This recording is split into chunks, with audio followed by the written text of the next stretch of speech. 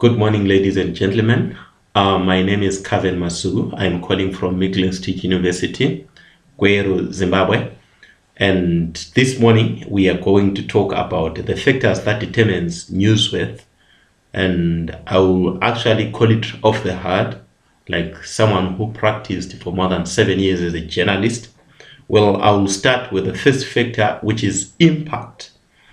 And on impact, you look at how many people an event or idea affects and how serious is it affects them, determine its importance as news. Now, you want to see how people or those who are within the vicinity are going to be affected by what you're going to report. And that can be used as one of the factors. The second factor, of course, is proximity, right? Proximity, we are talking about the distance, right? The closer the distance, the more impact your news story is likely to have. So usually, the same happens. The same happening is bigger news if it happens in your area than if it is 1,000 kilometers away. Like someone who is talking from Zimbabwe in Gweru. If something happens, maybe let's say in Bulawayo, which is my hometown, obvious in terms of proximity, I know that it has impact. But if it is happening in UK, fine, it can have an impact and it can be newsworthy. And at times, proximity can be undermined by other factors, all right? But we are saying that any news story is largely determined by proximity. And then the third factor, which is equally important, is timeliness, right? And timeliness, now we are looking at how your story is likely to prolong. All right, is it not likely to lose its impact or its meaning, right? Today's news may be stale tomorrow. Today's news may be stale tomorrow, meaning to say that what is news today can not be news in the future. It changes. But of course, if you're writing for the magazines, I know that with magazines, they're so much into feature stories. Those stories, they prolong even a decade, even 5 years. Still, you can read that story and it will be making sense to you. You see? And being a journalist, I mean, those are some of the factors that we can talk about. Then the other factor is prominence, right? Prominence. It is believed that names do not always make news. Institutions or happenings that involve famous corporate organizations or institutions are likely to be interesting, even if not important, right? Like I'm at MSU. If something happens at MSU that whet the appetite of the reader, that is a concern to the students. Mind you that the students are the major stakeholder of this institution. So prominence, it matters most. So it should always ring in one's mind that for him or for her to write something that is newsworthy. Prominence is a factor that needs to be considered.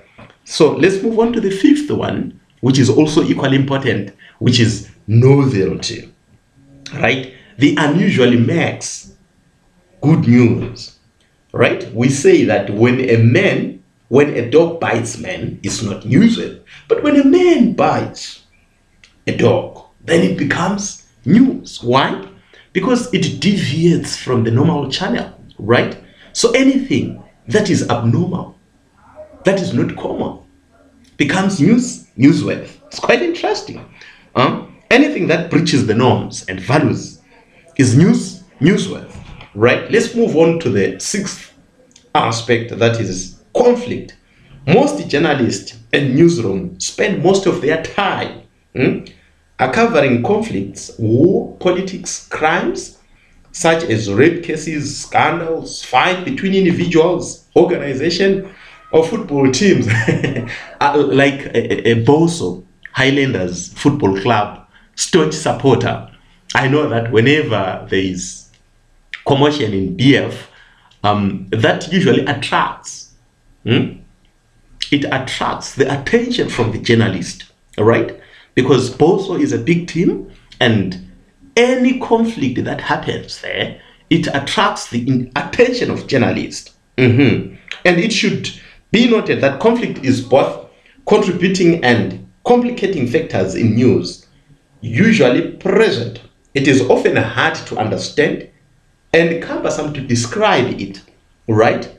Probably those are the 6 factors. I know that there are some other factors, but I suppose those are the salient ones that will determine newsworth, talking from experience, right? Let me quickly look at the duties of a journalist, right?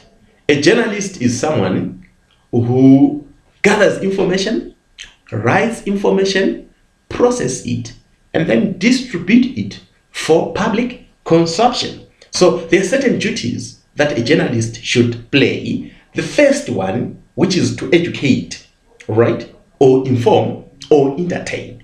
As a journalist, you are there to educate people of certain issues that they are not aware, or certain issues that they are aware but that needs enlightenment. Meaning to say that as a journalist, you should research, you read extensively, right? So that you share that information with the rest, right? The second one is for the moral guiding watchdog of society morality, right? You have to keep the society upright, right? And for those who deviate, you whip them into the line so that they walk along with others, right? And then the third one is agents of social order. You are there to instill, to reinforce, to safeguard what we call social orders, right? And you act as a parameters. Journalists act as the parameters of social order. It's a parameter. You set the trends, you draw the lines through which the society is supposed to walk, right? Yeah, usually as a journalist, those are some. So this comes with a responsibility. And obvious, no one can disagree that a journalist is a responsible person. You are a commentator of contemporary events, right? You comment on what is happening, right? If there is commotion, if there is conflict, those are some of the things that you will be reporting on, commenting on. You act as a link between the government and the people. The government, I know that they are responsible for initiating policies that are likely to benefit their people. So you are there to conscientize, to make people aware of the policies that have been initiated by your government that is likely to benefit them. So you are a channel. You are the spokesperson. You are the referee. You are there to safeguard, right? But as you do that, you don't intervene. You present facts, right? Because journalism is quite interesting. It is based on facts, factual. It's facts, only facts, right? And let me move on to what is news. What is news? Have you ever asked yourself, what is news? It is a report about the break from the normal flow of events, right? We are talking about the break here from the normal flow of events.